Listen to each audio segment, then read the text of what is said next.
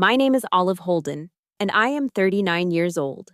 To the world, I am a colonel. To my family, I am an unpaid maid.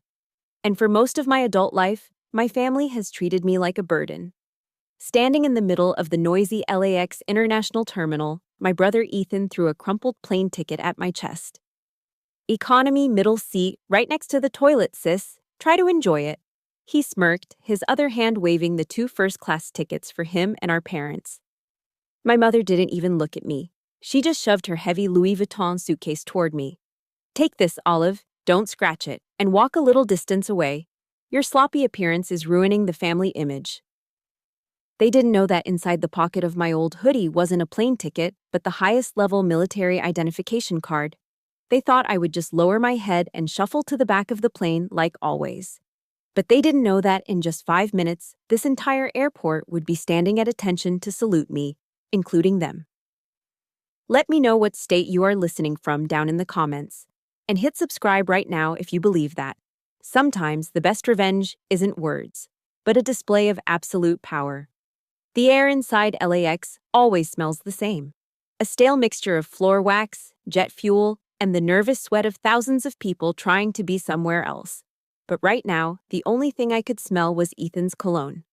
It was expensive, aggressive, and applied with the subtlety of a chemical weapon. I stood there, acting as a human anchor in the sea of travelers, while the 3 people I called family stood in a loose semicircle, effectively boxing me out. My shoulders burned.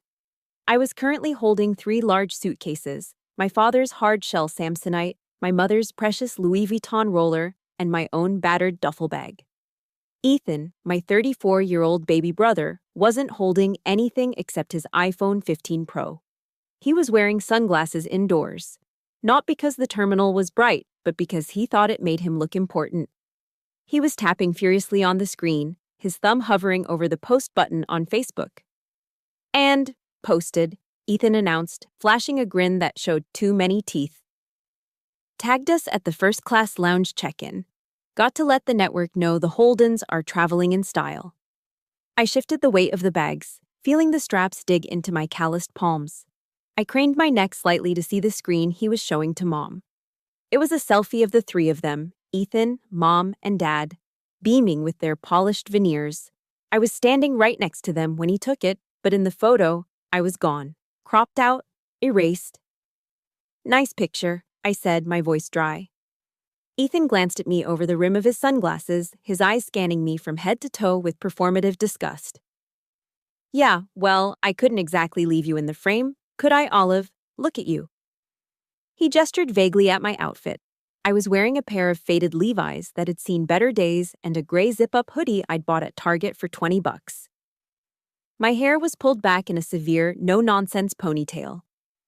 It was practical, it was comfortable, and to Ethan, it was a crime against humanity. "You look like you're heading to Home Depot to fix a toilet," Ethan sneered. "Or like you're about to ask me for spare change. Seriously, Olive, it's embarrassing. We're going to Hawaii, not a homeless shelter." My father, Frank, chimed in. He was adjusting his silk tie, checking his reflection in the glass of the departure board. "Leave her alone, son. You know your sister never had the knack for presentation. She's rugged. Like a man." He laughed, a short, dismissive bark of a sound. "It's a lost cause." I didn't flinch. I didn't defend myself. Years of training had taught me discipline, but years of living with them had taught me something even more valuable. Silence is a shield.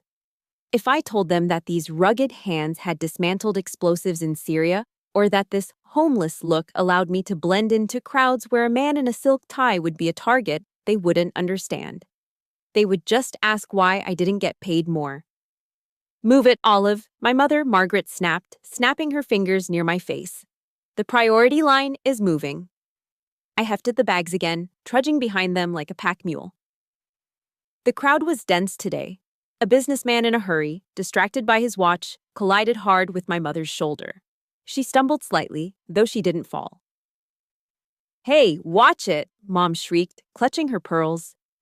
The man muttered a quick apology and disappeared into the throng. Mom spun around, her face twisted in a snarl, targeting the only person she ever held accountable: me. What are you doing standing there like a statue? She hissed, her voice cutting through the ambient noise of the terminal. Why didn't you block him? You're big enough. You saw him coming. I have 3 suitcases in my hands, Mother, I said, my voice steady, betraying none of the heat rising in my chest. Excuses, she spat. Always excuses with you. You're just useless. I don't know why we even paid for your ticket. Paid for my ticket. The irony was so thick I could taste it. I wanted to laugh. I wanted to scream that the only reason they weren't drowning in debt from Dad's heart surgery was because of my money. But I didn't. Instead, I looked down at the boarding pass Ethan had thrown at me earlier. I smoothed out the crinkles against my jeans. Seat 37B, economy, middle seat, back of the plane, right next to the lavatory. I could feel the familiar burn of humiliation, the old sting of being the spare part in the Holden machinery. But then a different voice cut through the noise in my head. It wasn't my mother's shrill complaints or Ethan's mocking laughter. It was a voice forged in mud, sweat, and freezing water. Callous your mind, I thought, reciting the philosophy I lived by. They don't know who you are, and they don't deserve to know. I looked at my family, my mother dusting off her imaginary injuries, my father checking his watch impatiently, my brother preening for his invisible online audience. They looked shiny. They looked successful. But they were soft. They broke under the slightest pressure. I touched the pocket of my hoodie. I could feel the hard plastic edge of my CAC, my common access card with the gold chip. It was heavy with authority. Are you coming or not? Ethan called out, already 10 feet ahead in the priority lane. I'm coming, I whispered. I looked at the crumpled economy ticket in my hand one last time. It wasn't just a piece of paper. It was a symbol. It was exactly like the paper plate I used to eat off of at Thanksgiving. The memory hit me hard, triggered by the sight of that cheap, flimsy paper. The noise of the airport faded, replaced by the clinking of silverware and the cold draft of a dining room in Bakersfield. The memory didn't just wash over me, it hit me like a physical blow, dragging me back 2 years into the past. It was late November. I had just driven 4 hours north from my base to Bakersfield. The drive along the I-5 had been a blur of brown hills, endless semi-trucks, and the kind of exhaustion that seeps into your bone marrow.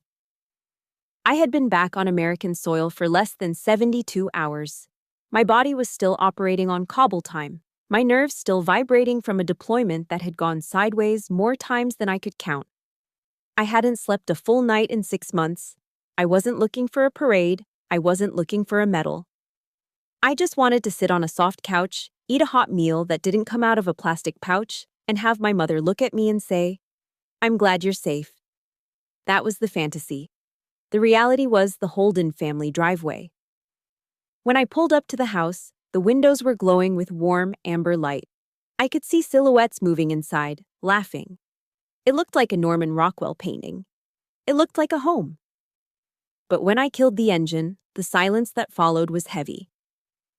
No one came to the door. No porch light flicked on for me. I dragged my duffel bag up the walkway, the gravel crunching loudly under my combat boots. Boots I hadn't even had time to swap out yet. I turned the knob. It was unlocked. Hello, I called out, stepping into the foyer. The smell hit me first. Sage, roasted turkey, melted butter, and cinnamon. It was the scent of a perfect American Thanksgiving. We're in the dining room, my mother's voice floated out. She didn't sound excited. She sounded like she was announcing the time. You're late, Olive. We started without you. I walked into the dining room, and the scene before me froze my heart. The main dining table was a masterpiece of suburban performance art. Mom had brought out the good china, the one with the gold rim she'd bought at an estate sale. There was a silk tablecloth, crystal wine glasses, and a centerpiece made of fresh autumnal flowers. My father, Frank, sat at one end, swirling a glass of red wine. My mother sat opposite him. And there, in the seat of honor at the head of the table, sat Ethan. He was holding court, gesturing wildly with a fork, his face flushed with wine and self-importance. So I told the investors, Ethan was saying, his voice booming. If you want in on this condo development, the buy-in starts at 50 grand. No exceptions, and they were begging me to take their checks. He stopped when he saw me. Oh, hey sis, nice of you to join the living. Hi Ethan. Mom. Dad. I stood there, awkward in my fatigue uniform, feeling like an intruder in a stranger's house. Well, don't just stand there letting the cold air in, Mom said, not looking up from her plate. Sit down. I moved toward the empty chair next to Dad, but Mom cleared her throat loudly. Not there, Olive. That's for my purse and the extra wine bottles. We didn't think you'd make it in time, so we set you up over there. She pointed a manicured finger toward the corner of the room. There, pushed up against the wall, was a folding card table. It was the kind with the vinyl top that we used for garage sales. It was wobbly, one leg shorter than the others, propped up by a folded magazine. It was set with a paper plate and a red Solo cup. Worst of all, it was positioned directly under the drafty window that Dad had been promising to fix for a decade. I was 37 years old. I was a lieutenant colonel commanding special operations. And I was being sent to the kids' table in my own parents' house. Are you serious? I asked, my voice barely a whisper. Oh, stop making a face, Mom snapped. It's just a seat. Sit down and eat. I sat. The chair was a metal folding chair that was freezing cold against my legs. I looked at the spread of food on the main table. The turkey carcass was picked mostly clean. The bowl of mashed potatoes was scraped low. Pass the turkey, please, I said. Ethan grabbed the platter. Sorry, sis. I think I got the last of the dark meat. You know how much I love the legs. He grinned, grease shining on his chin, and took a bite of a succulent, juicy drumstick. He passed me the platter. All that was left were a few slices of the breast meat. It looked chalky, dry. It had probably been sitting out for an hour. I took a slice. It was like chewing on drywall.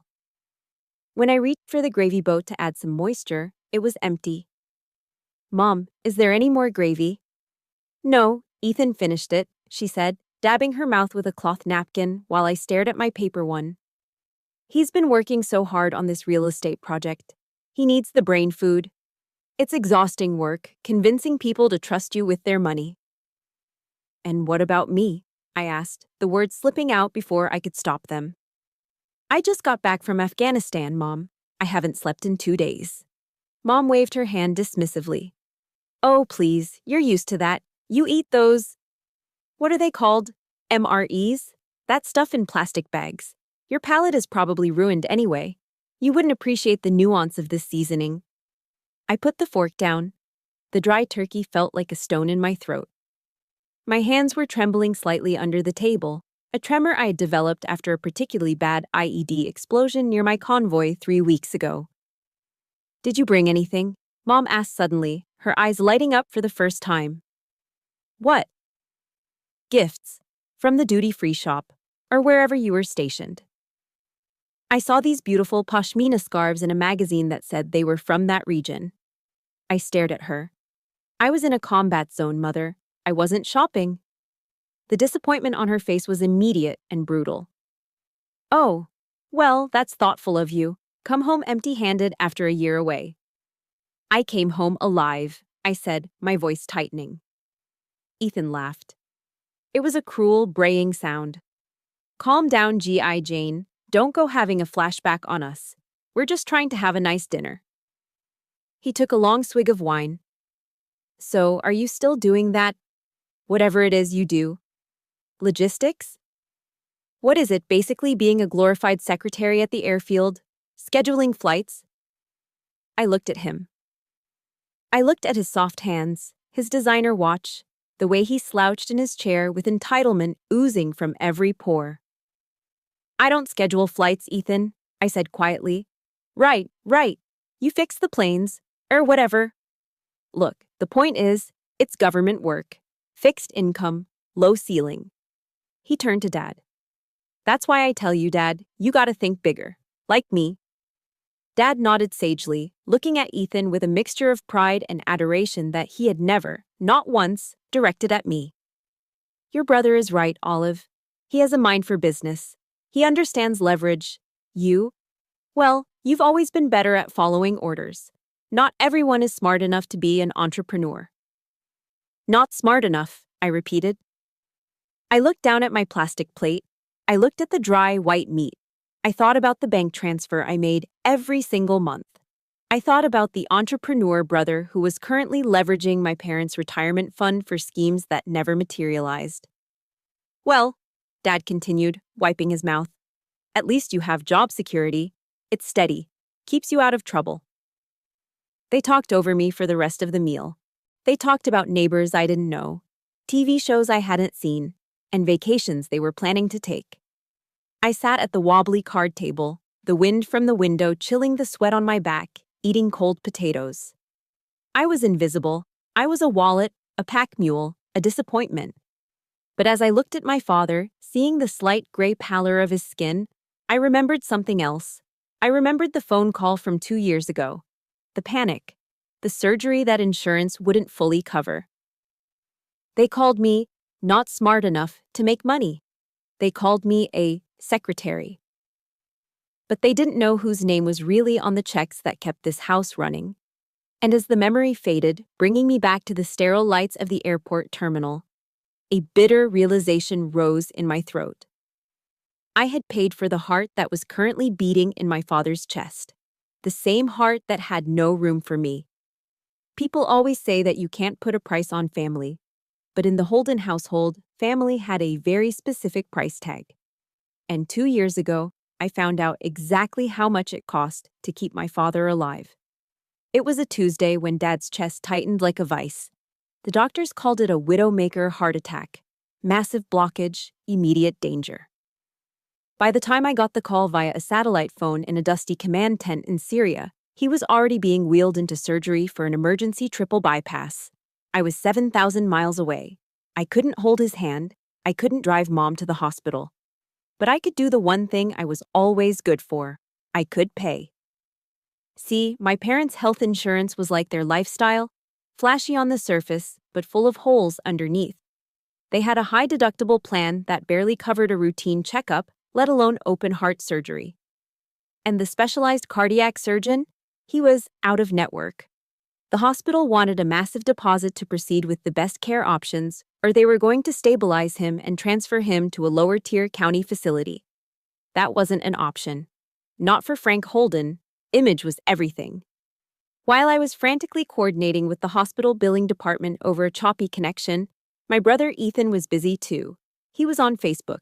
I saw the screenshots later. Ethan had posted a photo of Dad intubated in the ICU, a violation of privacy that made my stomach turn, with a long, tear-jerking caption about his hero fighting for life. And at the bottom of the post, there was a link, a GoFundMe page. Help the Holdens' heart heal, it said. Goal, $20,000. The donations poured in. Friends, neighbors, distant cousins, they all chipped in, moved by Ethan's poetic plea for help. But the hospital billing department never saw a dime of that GoFundMe money.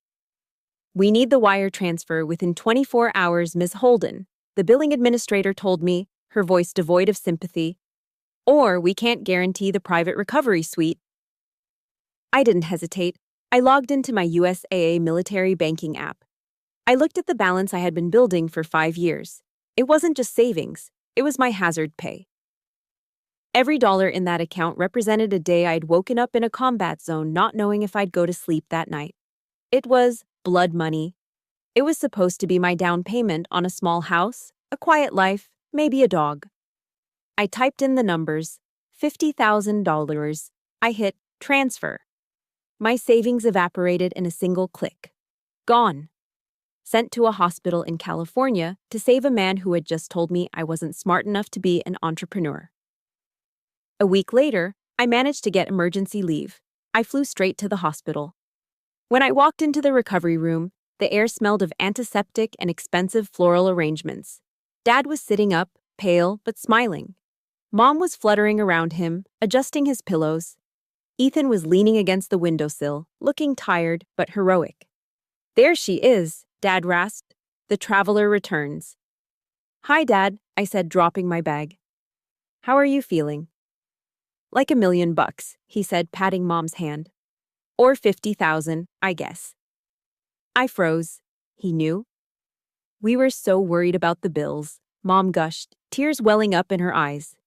She turned and wrapped her arms around Ethan, squeezing him tight. But your brother. Oh, thank God for your brother. He took care of everything. He told us not to worry about a thing. I stared at them. My mouth fell open slightly. I looked at Ethan. Surely he would correct her. Surely he would say, "Actually, Mom, Olive wired the 50 grand. The GoFundMe money is just sitting in my account." Ethan looked at me. His eyes were flat, unreadable behind his stylish glasses. He didn't flinch. He just smiled, a humble, martyr-like smile, and shrugged. "Family is everything, Mom," Ethan said softly. "I did what I had to do. I invested the community donations into that crypto project I told you about. It's going to double by next year, and then we'll have a real safety net. But I made sure the hospital got paid now." He was lying. He was lying right to their faces, and he was stealing my sacrifice to polish his own halo. "Ethan," I said, my voice sharp, "you didn't pay the hospital." The room went silent. The steady beep of the heart monitor seemed to get louder. "What?" Mom snapped, pulling away from Ethan. "What are you talking about?" "I wired the $50,000, I said, my hands balling into fists at my sides. "From my USAA account, Tuesday morning. That was my hazard pay from Syria." Ethan kept the donation money. I expected shock. I expected Mom to turn on Ethan and demand the truth. Instead, Mom's face hardened. She looked at me with a mixture of annoyance and disappointment. "Olive, stop it," she hissed. "Stop what? Telling the truth?" "Stop keeping score," she said, waving her hand as if swatting away a fly. "This is not the time to be petty. Your father just had heart surgery. Who cares which account the money came from? It's all family money in the end." She stepped between me and Ethan, physically shielding him from my accusation. "Your brother stepped up. He organized the community. He was here. You were halfway around the world playing soldier. Don't come in here and try to tarnish his moment just because you're jealous." Jealous. The word hung in the air like toxic smoke. I had drained my life savings to save her husband, and she was calling me jealous of the son who was currently embezzling charity funds to gamble on cryptocurrency. I looked at Dad. "Dad!" He wouldn't meet my eyes. He just fiddled with the remote control for the TV. "Your mother is right, Olive. Don't cause a scene.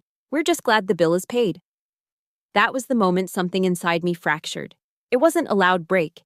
It was a quiet hairline crack in the foundation of my loyalty.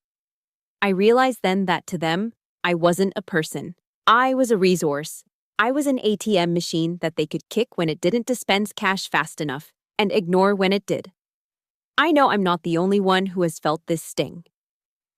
If you have ever been the financial backbone of your family while someone else got all the praise, please hit that like button right now. And in the comments, just type, "I paid," so I know I'm not alone in this. I looked at the three of them, the perfect family unit. "Okay," I said quietly. "I won't cause a scene." I walked out of the hospital room. I walked all the way to the parking lot, sat in my rental car, and screamed until my throat tasted like blood. But the worst part wasn't the anger. The worst part was the question that kept echoing in my head, louder than the scream. Why do I still do it? Why do I still send them money every month? I needed to find an answer. And I knew the only place I could think clearly wasn't in this town. It was back in my small, lonely apartment, inside a metal box I kept hidden in my closet. My apartment, located just 10 miles from the base, is a fortress of silence. It is the complete antithesis of my parents' house in Bakersfield.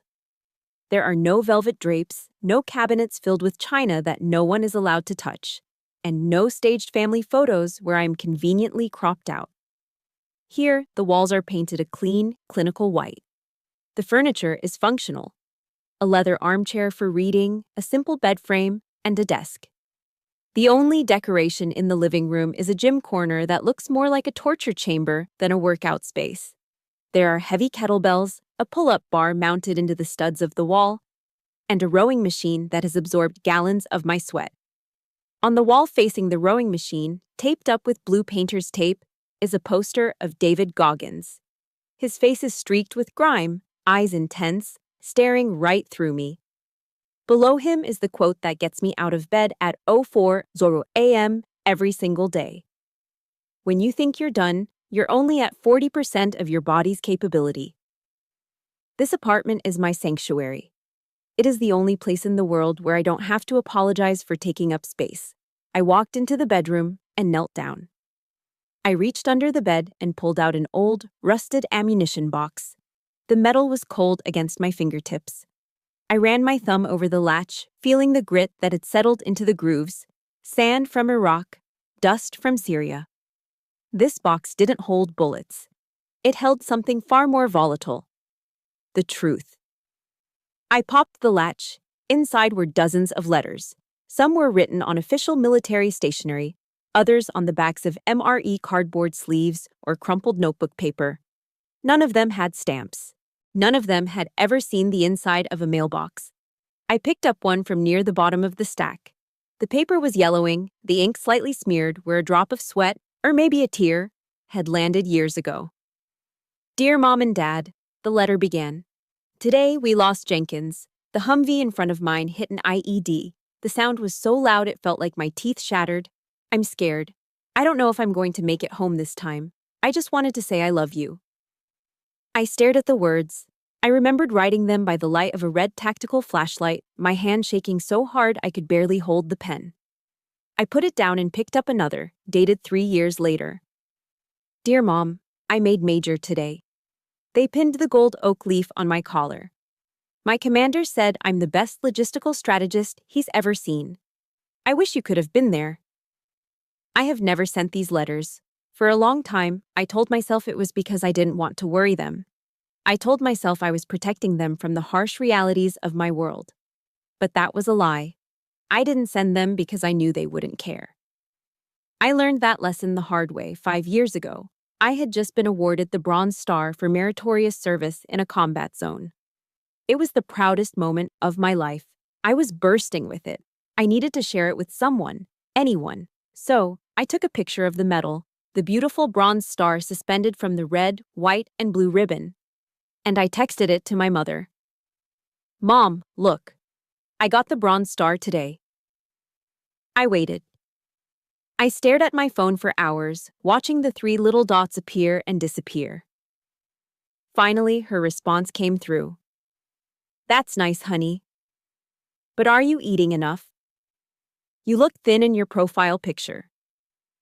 Also, Ethan's wife just announced she's pregnant again.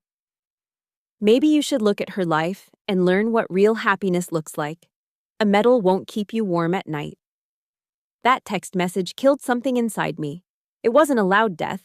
It was quiet, like a candle being snuffed out in a storm.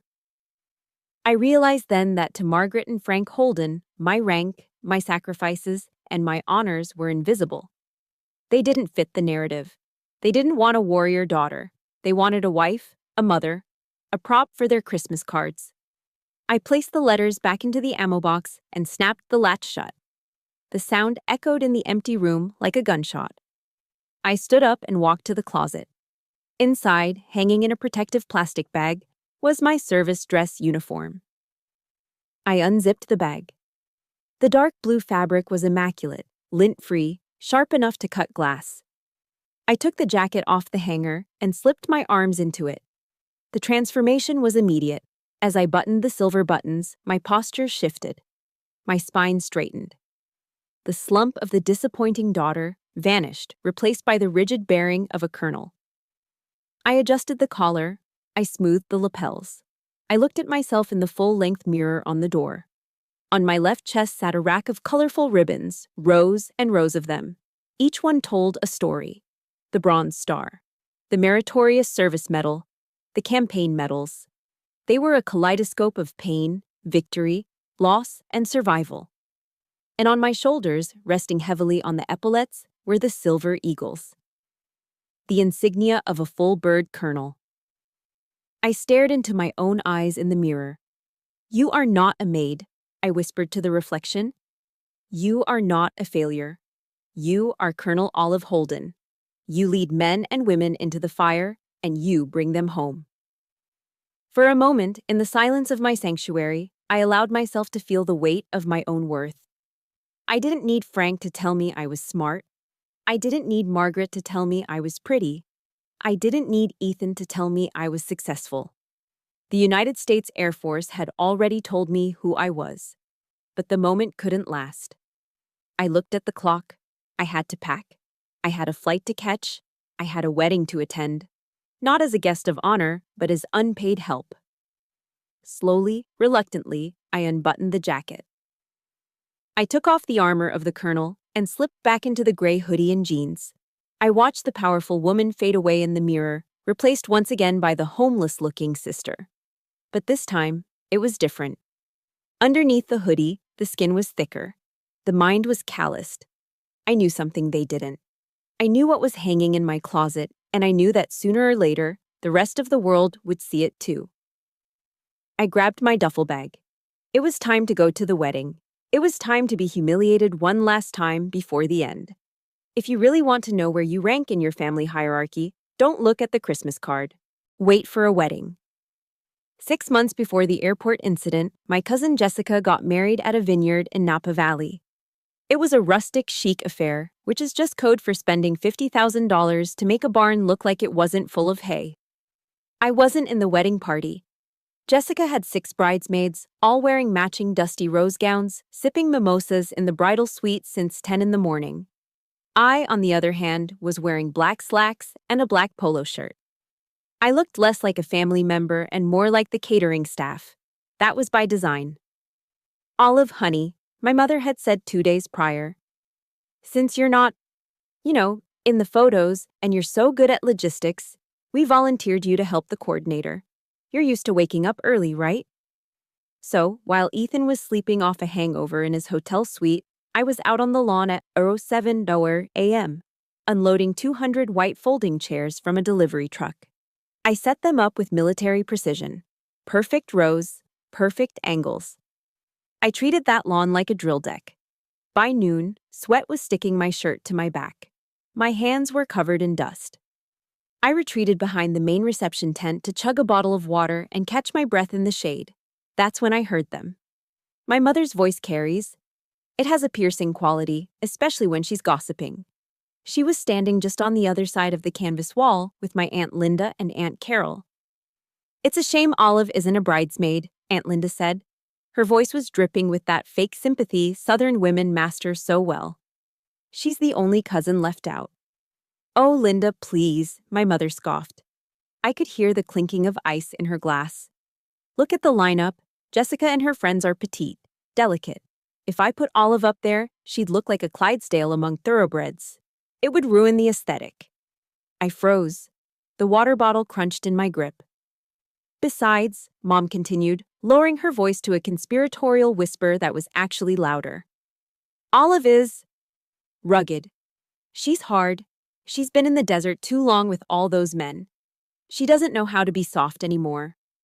Honestly, I told the planner to keep her on logistics. If she stands at the entrance greeting guests, people might think she's security. The aunts laughed. It was a light, tinkling sound that made my stomach turn. I stood there, staring at the white canvas. Rugged, hard, security. I looked at my hands. They were strong hands.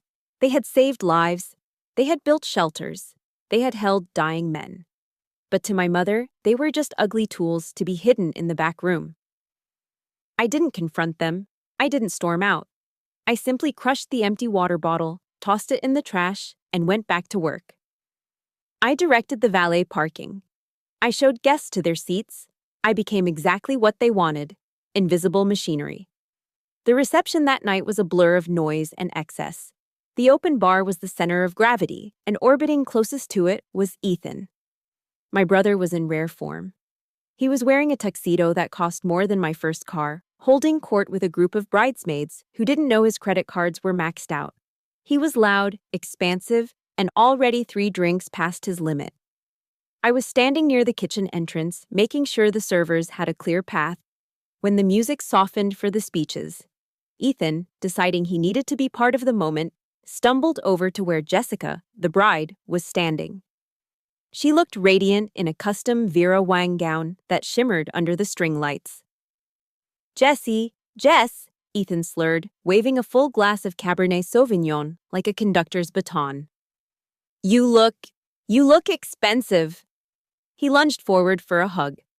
He tripped over a microphone cord. It happened in slow motion. The glass left his hand. The dark red liquid arched through the air like a slash of blood. Splash. The silence was instantaneous. The red wine hit Jessica's pristine white bodice and cascaded down the skirt. It looked like a gunshot wound. Jessica gasped, her hands flying to her mouth. The music cut out. 200 guests stared in horror. Ethan scrambled to regain his balance. He looked at the stain, then at the shocked faces. Panic flashed in his eyes. He needed a scapegoat. He needed a fixer. His eyes locked on me in the shadows. "Olive," he shouted, his voice cracking with desperate authority. "Olive, get over here. Bring a towel." I stepped out of the shadows. "Don't just stand there," Ethan yelled, pointing a shaking finger at the stain he had caused. "Fix it. You know how to clean up messes. You're used to this menial stuff. Get on your knees and scrub it out before it sets." My mother rushed forward, not to scold Ethan, but to reinforce his command. "Olive, hurry, do something. Don't let your brother look bad." The injustice of it hit me so hard I felt dizzy. Don't let him look bad. He had just ruined a $5,000 dress, and I was being ordered to clean it up like a servant because I was the rugged one. I looked at Ethan. He was sweating, pathetic, hiding behind his big sister one more time. I looked at Jessica. She was crying silently, paralyzed. I walked over. Not for Ethan, not for Mom, but for the bride. I grabbed a bottle of club soda from the bar and a clean white napkin. I walked up to Jessica and knelt on the grass. "It's okay," I whispered to her. "I've got it." I dabbed the stain. I focused on the fabric, ignoring the hundreds of eyes boring into my back. I ignored Ethan, who was now loudly explaining to the groom that it was an accident and Olive has it handled. As I knelt there in the dirt, scrubbing wine out of silk, I looked up. I saw my mother patting Ethan on the back, comforting him. I saw my father shaking his head at me as if I hadn't moved fast enough. And right then, amidst the smell of wine and expensive perfume, I heard a sound that no one else could hear. Snap! It was the sound of the final tether breaking. The invisible cord that had bound me to their approval, their love, their toxic orbit. It snapped clean in two. I finished cleaning the dress. It wasn't perfect, but it was better. I stood up. My knees were stained with grass. "Thank you, Olive," Jessica whispered, gripping my hand. "You're welcome," I said. I turned to my family. Ethan was already laughing again, retelling the story as if he were the victim of a clumsy glass. Mom was smiling. I didn't say a word. I turned around and walked away. I walked past the open bar, past the valet stand, and out of the venue gate. I walked into the dark, quiet road. I needed silence. I needed to wash the noise of their hypocrisy out of my ears. I kept walking until I saw the steeple of a small, old chapel in the distance. I walked until the bass-heavy music of the wedding reception was nothing but a dull throb in the distance. I walked until the gravel road turned into cracked pavement and the vineyards gave way to the small, sleepy town that bordered the estate. My knees were still damp with club soda and red wine. My hands, usually steady enough to defuse ordnance, were trembling. Not from fear, but from a rage so cold it felt like hypothermia. I didn't know where I was going until I saw the steeple. It was a small white clapboard chapel, the kind you see on postcards of rural America. The sign out front read, "St. Jude's, open to all." St. Jude, the patron saint of lost causes. It felt appropriate. I pushed open the heavy oak doors. The air inside was cool and smelled of beeswax, old hymnals, and silence. It was the kind of silence you can feel pressing against your eardrums. I walked down the center aisle, my sneakers squeaking faintly on the hardwood, and slid into the very last pew. I didn't kneel. I didn't pray. I just sat there, staring at the simple wooden cross at the front of the altar, trying to regulate my breathing. In, out, just like they taught us in SEER school. You sit like you're expecting an ambush, daughter. The voice startled me. It was gravelly, worn down by time, but it had a steel core. I turned. An old man was shuffling out from the sacristy, carrying a polishing rag. He must have been in his 90s. He moved with a heavy limp, leaning on a cane, but his back was ramrod straight. He wore a simple clerical collar, but pinned to his suspenders was a tiny, faded lapel pin, a parachute with wings. I stood up instinctively. I'm sorry, Reverend. I didn't know anyone was here. I can leave. Sit, he commanded. It wasn't a request. It was an order. I sat. He limped over and sat in the pew directly across the aisle from me. He looked me up and down, his watery blue eyes scanning me with a precision I recognized. He wasn't looking at my stained clothes. He was looking at my posture, the set of my jaw, the way my hands rested ready on my knees. Army, he asked. Air Force, sir, I replied. Special tactics.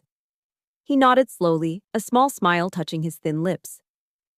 82nd Airborne, Normandy, 1944. I know a soldier when I see one. We carry the weight differently than civilians. He leaned forward, resting his chin on his cane. So, Colonel, I'm guessing you're an officer by the way you hold your head? Why are you sitting in my church looking like you just lost a war? I looked away. I wanted to tell him it was nothing. I wanted to say it was just family drama. But something about his gaze, forged in a war 70 years ago, made lying impossible. I feel like I'm fighting on the wrong side, I whispered. I give them everything. My money, my time, my dignity. And they look at me like I'm nothing. Like I'm a servant. The old pastor nodded, as if he had heard this story 1,000 times before. Family? Yes. And let me guess, he rasped. You think if you just serve them a little more, if you just sacrifice a little more, they'll finally see you? They'll finally salute you? I just want them to respect me, I said, my voice cracking. I command respect from generals. Why can't I get it from my own brother? The old man sighed. He pointed a gnarled finger at the Bible resting on the pew between us. Open it, he said. Matthew, chapter 13, verse 57. I hesitated, then reached for the book. The pages were thin and crinkled. I found the verse. A prophet is not without honor, save in his own country and in his own house. I read it twice. The words seemed to vibrate on the page. Do you know what that means, soldier? The pastor asked softly. I shook my head. It means that the people who watched you grow up, who changed your diapers, who knew you before you became who you are, they are often the last ones to see your greatness, he said. His voice grew stronger, filling the empty space. To the world, you are a lion, a warrior, a protector. But to your own house, you are just Olive. You are familiar. And familiarity breeds contempt. He tapped his cane on the floor for emphasis. God gave you the heart of a lion, daughter. He gave you claws and teeth and a roar that can shake the mountains. So why, in God's name, do you keep insisting on living like a mouse just to please a clouder of house cats? A mouse among house cats. The image hit me hard. That's exactly what I'd been doing. I'd been shrinking myself. I'd been dimming my light so it wouldn't shine too brightly in Ethan's eyes. I'd been accepting the scraps from the table because I was afraid of losing my seat at it. I thought it was my duty, I said. They're my blood. Blood is biology, the old man said, standing up with a groan. Loyalty is a choice. Respect is earned. And if they cannot respect the colonel, they do not deserve the sister. He looked at me one last time. Stop waiting for them to give you honor. They don't have it to give. You have to take it.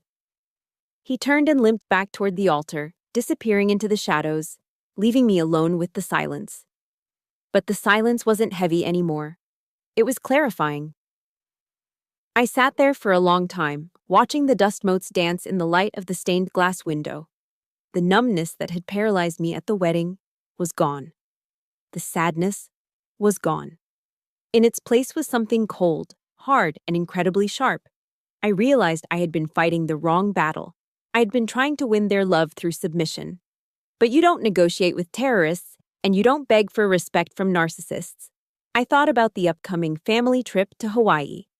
Ethan had booked it, using my credit card points, of course, as a healing retreat for the family. I'd been dreading it. I'd planned to go along, carry the bags, pay for the dinners, and smile while they insulted me. No more. I know so many of you listening right now have felt this exact moment. That moment when you realize you've been lighting yourself on fire just to keep others warm. If you are done being the mouse in your family, I need you to hit that like button right now. And in the comments, I want you to write just one word: respect. Let's show the world that we are done begging for what we deserve. I stood up. My legs felt strong. I wasn't going to cancel the Hawaii trip. Oh no, I was going to go. But I wasn't going as Olive the maid. I wasn't going as Olive the sister. I was going as Colonel Holden. I was going to give them exactly what they wanted: a family vacation they would never, ever forget. I would let them see the truth. I would let them see the lion.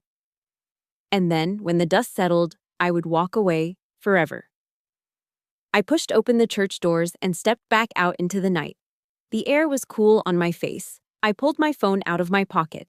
It was buzzing with texts from Mom, asking where I was and demanding I come back to help clean up. I deleted the thread. I had a mission to plan. The smell of beeswax and the silence of the old chapel evaporated, replaced instantly by the sensory assault of Los Angeles International Airport. I was back in the present, back in the noise, back in the nightmare.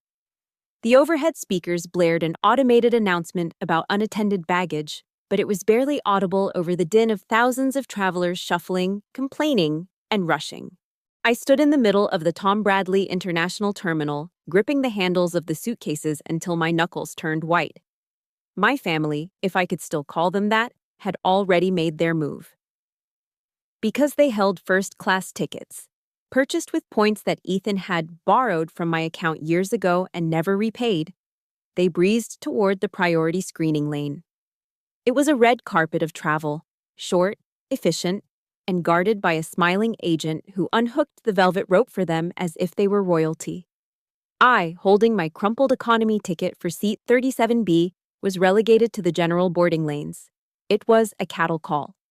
The line snaked back and forth across the terminal floor in an endless maze of retractable belt barriers. It was filled with tired parents wrangling screaming toddlers, backpackers sleeping on their luggage, and people like me, exhausted, invisible, and waiting. I inched forward, kicking my heavy duffel bag along the floor with my boot. The line moved with the speed of a glacier. To my left, separated only by a panel of plexiglass, was the priority area. Ethan had already cleared the initial document check, but instead of moving toward the X-ray machines, he stopped. He actually stopped and leaned against the glass partition, waiting for me to catch up on my side of the wall. He took off his sunglasses, hooking them into the V-neck of his designer t-shirt. He looked at me, trapped in the crush of the general population, and grinned. It was the grin of a man who believes he has won the lottery of life. "Hang in there, sis," he shouted through the gap between the glass panels. His voice was loud enough to turn heads in both lines. "Don't miss the flight. You know they don't hold the plane for economy passengers. The back of the bus waits for no one." A few people in my line chuckled nervously. Most just looked annoyed. I didn't respond. I just stared at him, my face a mask of stone. My mother and father were standing just behind him. Mom was fussing with the zipper of her Louis Vuitton bag, acting as if the air in the priority lane was cleaner than the air I was breathing. She looked up and saw me standing there, looking back at her. I saw a flicker of something in her eyes. Not guilt, not pity, but shame. Shame that I was associated with her. She leaned in close to my father, but she didn't whisper. Margaret Holden never whispers when she wants to make a point. "Frank, turn around," she said, her voice cutting through the ambient noise like a serrated knife. "Don't wave at her. Don't acknowledge her." "Margaret, she's our daughter," Dad muttered, though he obediently turned his back. "Look at her, Frank," Mom hissed, gesturing vaguely in my direction without making eye contact. "She looks like a vagrant. That hoodie is filthy.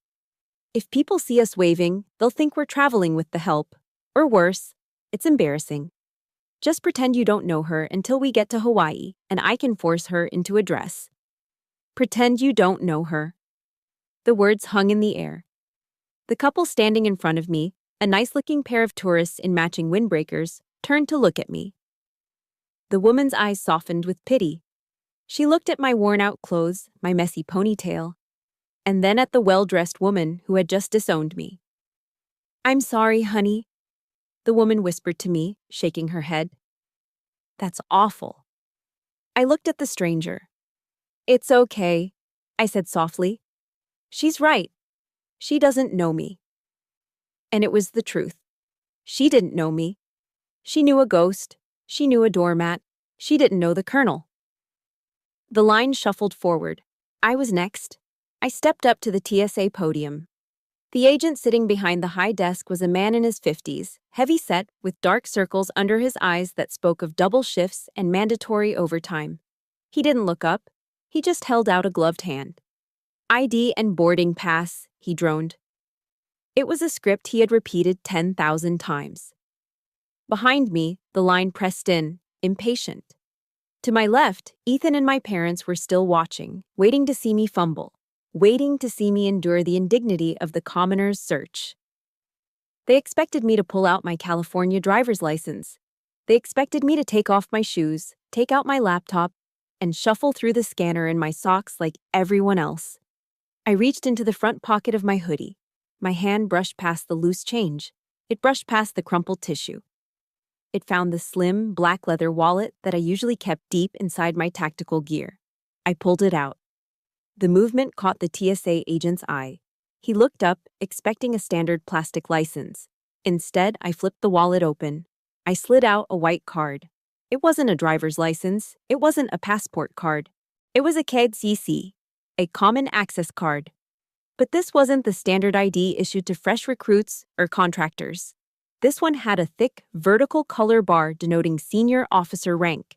And embedded in the plastic was a gold computer chip that gleamed under the harsh fluorescent lights of the terminal.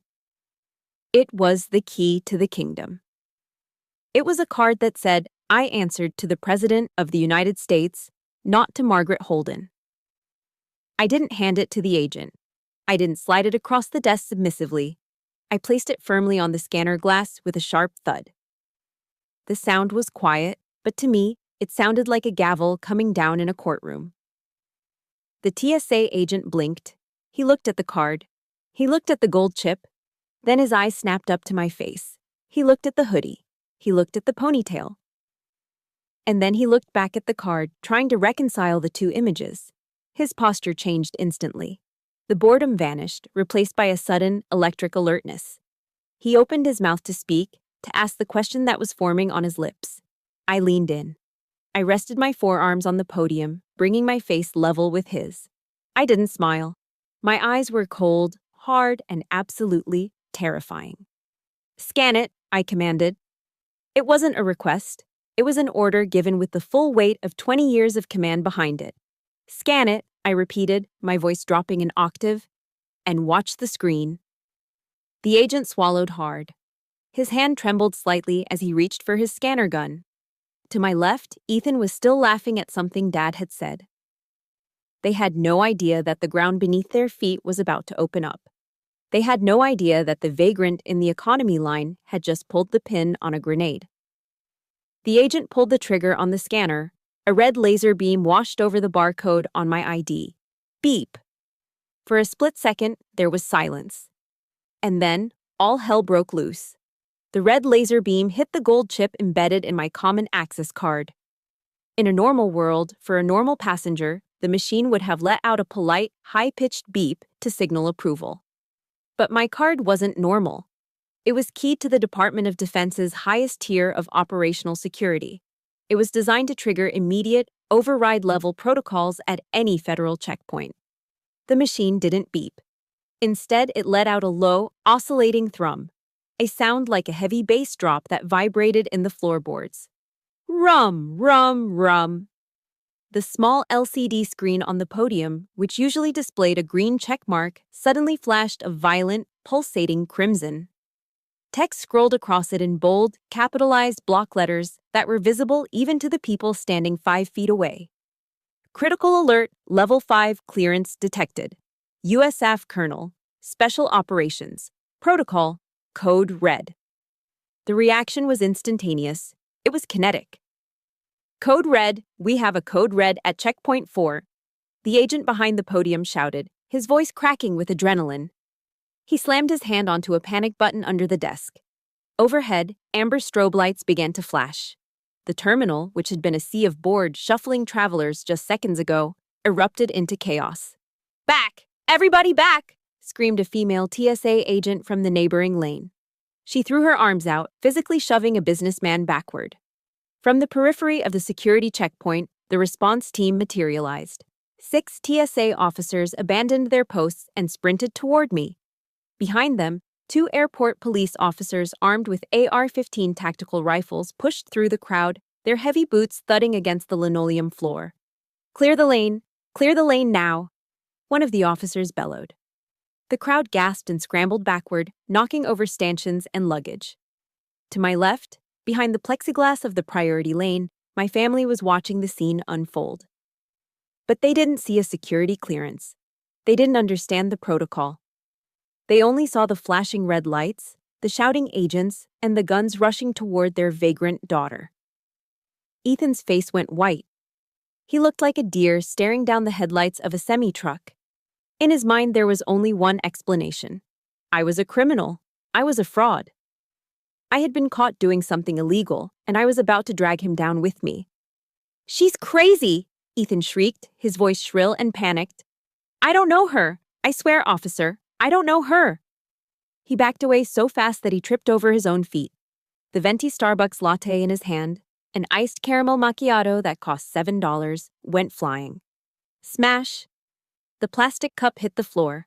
Coffee, milk, and ice cubes exploded across the pristine tiles of the priority lane, splattering onto my mother's Louis Vuitton bag. Ethan! Mom screamed, but she wasn't looking at the mess. She was looking at the police officers who were now surrounding me. She grabbed Dad's arm and pulled him back. Frank, don't look. She must have a bomb, or drugs. Oh my God, the scandal. I stood in the center of the storm. I didn't move. I didn't flinch. I kept my hands visible, resting on the podium, perfectly calm. I was the eye of the hurricane. The armed officers formed a perimeter around me, facing outward, pushing the crowd back to create a 20-foot buffer zone. They weren't arresting me. They were securing the asset. Then the crowd parted. A man walked through the chaos. He was massive, wearing a white shirt with 3 gold bars on the shoulder boards, the lead TSA supervisor. He moved with a purpose that silenced the room. He walked straight past the trembling agent at the podium. He walked straight past the armed guards. He stopped 2 feet in front of me. The terminal went deathly silent. Even the crying babies seemed to hold their breath. Ethan was pressed against the glass, his mouth hanging open, waiting to see me tackled and handcuffed. The supervisor looked at the screen. He looked at my ID card. Then, he looked at me. He saw the posture. He saw the eyes. He recognized the authority that transcends clothing. He snapped his heels together. The sound was like a gunshot. He drew himself up to his full height, squared his shoulders, and raised his right hand in a crisp, perfect military salute. Good morning, Colonel Holden, he boomed, his voice carrying to the rafters. We were not informed of your travel schedule, ma'am. My apologies for the delay. The silence that followed was heavy enough to crush a tank. Colonel? I heard my father whisper. It was a weak, strangled sound. I slowly returned the salute, cutting the air with precision. At ease, Supervisor. Thank you, ma'am. He lowered his hand, but kept his respectful stance. We have initiated VIP protocol. We have a secure transport vehicle waiting on the tarmac to take you to the military sector. You won't need to wait in this civilian line. He gestured disdainfully at the general boarding lane, and then, with even more disdain, at the priority lane where my family stood frozen. I picked up my CAC card and slid it back into my wallet. Thank you, I said coolly. I appreciate the efficiency. I turned my head slowly to the left. The The scene in the priority lane was a masterpiece of devastation. Ethan was standing in a puddle of spilled coffee, his designer shoes soaked in sticky milk. His sunglasses were hanging lopsided from his shirt collar. His face was a mask of absolute, unadulterated shock. He looked at me, then at the supervisor, then back at me, his brain trying to process the impossibility of what he was seeing. Mom was clutching her purse to her chest, her eyes wide and terrified. She looked like she had seen a ghost. For the first time in her life, she looked small. Dad was just staring, his mouth opening and closing like a fish out of water. I locked eyes with Ethan. I didn't smile. I didn't gloat. I looked at him with the cold, professional detachment of a commanding officer observing a messy latrine. "You missed a spot," I said, nodding at the coffee puddle at his feet. Then I turned back to the supervisor. "Get me out of here," I ordered. "I have a plane to catch." "Yes, Colonel. Right this way. Make a hole," the supervisor shouted to the crowd. The sea of people parted instantly. The armed guards fell into formation, flanking me on either side. I grabbed the handle of my battered duffel bag. I stood tall. I walked forward. I walked past the gaping tourists. I walked past the stunned TSA agents. And I walked right past the glass partition separating me from my family. I didn't look back at them. I didn't wave goodbye. I left them standing there in the wreckage of their own assumptions. 3 small, insignificant figures drowning in a puddle of spilled latte while I walked onto the tarmac where the real power lay. As the automatic doors slid open, hitting me with the smell of jet fuel and freedom, I felt lighter than I had in 20 years. The ghost was gone. The maid was gone. The colonel had arrived. To most people, the inside of a C-17 Globemaster is a nightmare. It is a cavernous, windowless metal tube that smells of hydraulic fluid, unwashed canvas, and jet fuel. It doesn't have reclining leather seats, hot towel service, or a menu with champagne options. It screams, vibrates, and rattles with the raw power of 4 massive turbofan engines. To me, it was a sanctuary. I sat on a red nylon web seat, strapped in against the fuselage wall. Across from me was a pallet of humanitarian aid supplies destined for the Pacific. My legs were stretched out, boots resting on the diamond plate floor. A young loadmaster, a kid no older than 22 with a grin that reminded me of my first years in the service, walked by. He handed me a small plastic cup and a miniature bottle of Jim Beam. "Compliments of the cockpit colonel," he shouted over the roar of the engines. "Pilot says thanks for the company." "Thank you, Sergeant," I shouted back, cracking the seal on the bourbon. I poured the amber liquid into the cup and took a slow sip. It burned pleasantly on the way down, a warm fire to chase away the cold chill of the airport terminal. I wasn't squeezed into a middle seat next to a bathroom. I wasn't listening to my mother complain about the legroom. I was flying in a multi-million-dollar aircraft, treated with absolute dignity. I reached into my pocket and pulled out my phone. We had reached cruising altitude, and the onboard military satellite Wi-Fi was strong. I turned the screen on. My notifications didn't just ding. The phone vibrated so hard in my hand it felt like it was having a seizure. I had missed 40 calls. There were hundreds of text messages, and my social media apps, which usually sat dormant, were exploding. I opened TikTok first. I didn't even have to search for it. The algorithm knew. The very first video on my For You page was a shaky, vertical clip filmed by someone standing in the general boarding line at LAX. The caption read, "POV, you try to shame a hoodie girl and find out she runs the whole damn military. Karma? Military, respect? Karen? Fafo." I pressed play. I watched the scene unfold from a stranger's perspective. I saw the back of my own head. I saw Ethan leaning against the glass, laughing, pointing at me. I heard his voice, clear as day. "The back of the bus waits for no one." Then the camera zoomed in on my mother, capturing her hiding her face and telling Dad to ignore me. The person filming added a text overlay. "Look at this entitlement."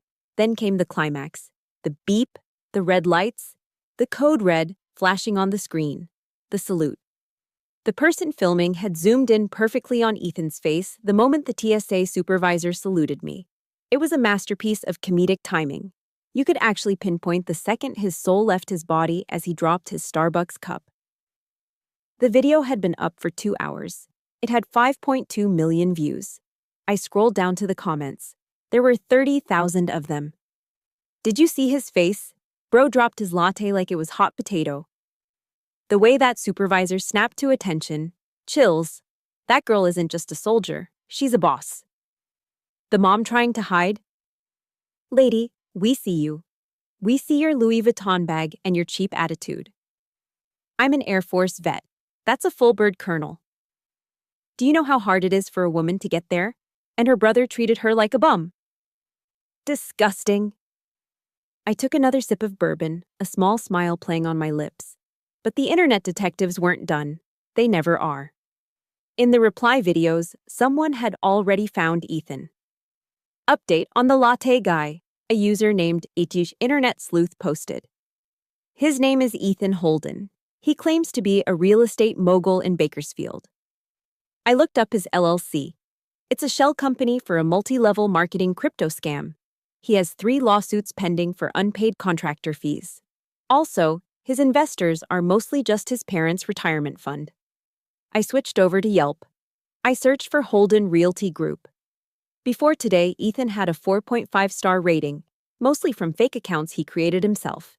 Now, it was a solid 1-star wasteland. Owner yells at veterans at airports, "Do not trust this man with your money." Scammer, liar, disrespectful. If he treats his own sister like that, imagine how he treats tenants. His brand, the one thing Ethan valued more than oxygen, was incinerated. He was cancelled. In the span of a 2-hour flight, his golden boy image had been dragged through the digital mud, stomped on, and set on fire. My phone buzzed again. Text messages were pouring in like mortar fire. I opened the thread from Mom. "Olive, what have you done? People are staring at us in the first-class cabin. The flight attendant was whispering about us. Why didn't you tell them to upgrade us? You have a private plane. You left your mother to be humiliated." I scrolled past it. Not a word about my rank. Not a word about the apology I deserved. Just more demands. Just more me, me, me. Then, the text from Ethan. "Take it down. Now." "Olive, I'm serious. Call your TSA friends. Tell them to scrub the video. My phone won't stop ringing. Investors are pulling out. You are ruining my life. I'm going to sue you. You set me up. You wore that hoodie on purpose. Answer me, you what?" I read the last message. You wore that hoodie on purpose. He was right. I did. But not for the trap. I wore it because it was comfortable. He was the one who built the trap out of his own arrogance. I just let him walk into it. I looked out the small porthole window. Below me, the Pacific Ocean was a vast, endless sheet of blue. We were approaching Hawaii. The islands were out there somewhere, waiting. I looked at the phone one last time. Ethan was typing again. The little bubbles were dancing, promising more venom, more excuses, more gaslighting. I didn't block him. Blocking him would be a reaction. It would show emotion. Instead, I pressed the power button on the side of the phone. I held it down. Slide 2, power off. I swiped my thumb across the screen. The digital chaos, the screaming texts, the viral fame, the family drama.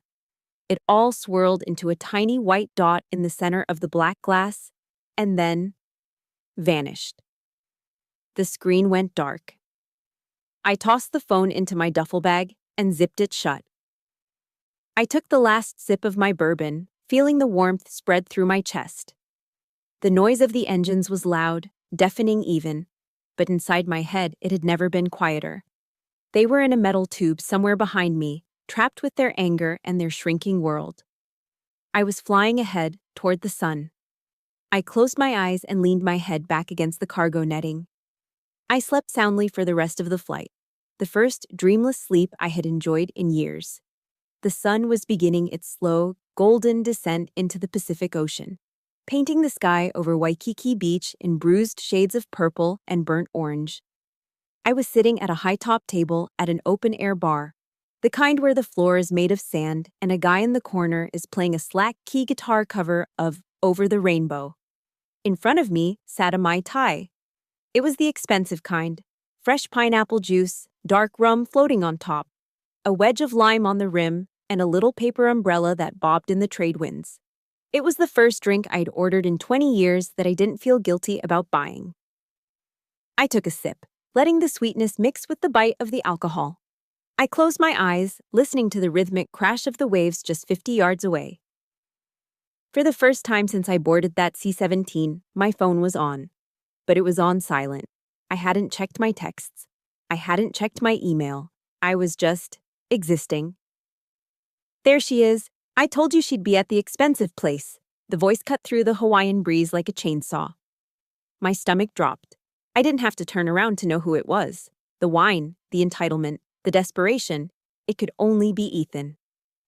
I opened my eyes and sighed, setting my glass down on the coaster. They came marching across the sand like an invading army of dysfunction. Ethan was leading the charge, wearing a floral shirt that still had the creases from the packaging. Behind him, Mom and Dad trudged through the sand in dress shoes, looking sweaty, miserable, and entirely out of place in paradise. But Ethan wasn't just walking toward me. He was walking with his arm extended, holding a tripod with his iPhone mounted on top. The ring light was on. He was live streaming. "Guys, look!" Ethan shouted at his phone screen, flashing a manic, terrifying smile. "I found her, the prodigal sister. We're all here. The Holden family reunion is happening live." He reached my table and shoved the camera into my face. "Say hi to the stream, Olive," he hissed through his teeth, his eyes pleading with me to play along. "Tell everyone we're good. Tell them it was all a big misunderstanding." I looked at him. I looked at the dark circles under his eyes, the desperation in his sweat. He was drowning. The internet had destroyed his reputation, his business, and his ego. And now, he was trying to use me as a life raft. Mom and Dad pulled up chairs without asking. They sat down heavily. Dad immediately waved a waiter over. "We'll take a bottle of your best Chardonnay," Dad ordered, puffing out his chest. "And 3 orders of the lobster tail and filet mignon surf and turf. The big ones." He looked at me and winked. "We're celebrating, right, Olive? Family is back together." They honestly thought nothing had changed.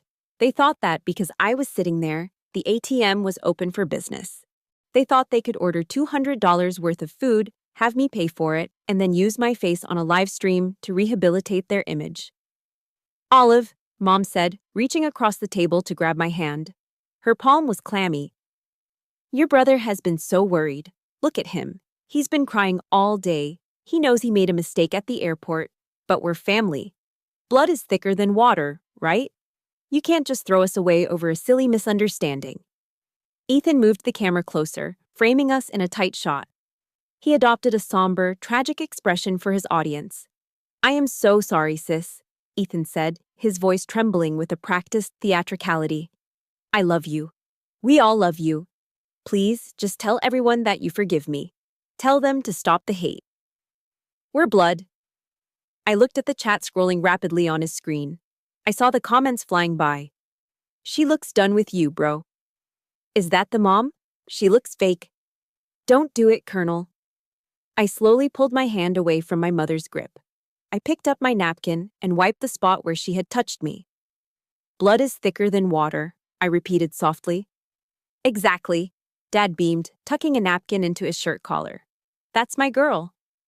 "But the full quote," I continued, my voice hardening, is, "The blood of the covenant is thicker than the water of the womb. It means the bonds we choose are stronger than the ones we inherit." The smile froze on Dad's face. Ethan's eye twitched. "Olive, don't start," Mom warned, her voice dropping to that dangerous whisper. "Not on camera. Don't be selfish." I stood up. I towered over them. For years, I had made myself small so they could feel big. I had hunched my shoulders, worn baggy clothes, and kept my mouth shut. But now, standing in the glow of the sunset, I stood at my full height. I looked directly into the lens of Ethan's iPhone. I didn't look at him. I looked at the thousands of strangers watching this train wreck. "You want the truth?" I asked the camera. "Olive, no." Ethan panicked, trying to pull the phone away, but he was too slow. These people, I said, gesturing to the three frozen figures at the table, are not my family. They share my DNA, yes, but a tapeworm shares your DNA once it's inside you. That doesn't make it family. Olive, Mom shrieked, looking around to see if other diners were watching. I leaned in closer to the lens, my voice calm, cold, and final. You are parasites, I said. You have fed on my money, my energy, and my self-worth for 20 years. You thought I was a host that would never run dry. But the host is dead. And the parasites are going to have to learn how to survive on their own. You ungrateful, Dad sputtered, his face turning purple. The lobster looks great, I said, glancing at the waiter who was approaching with the wine bucket. I hope you enjoy it.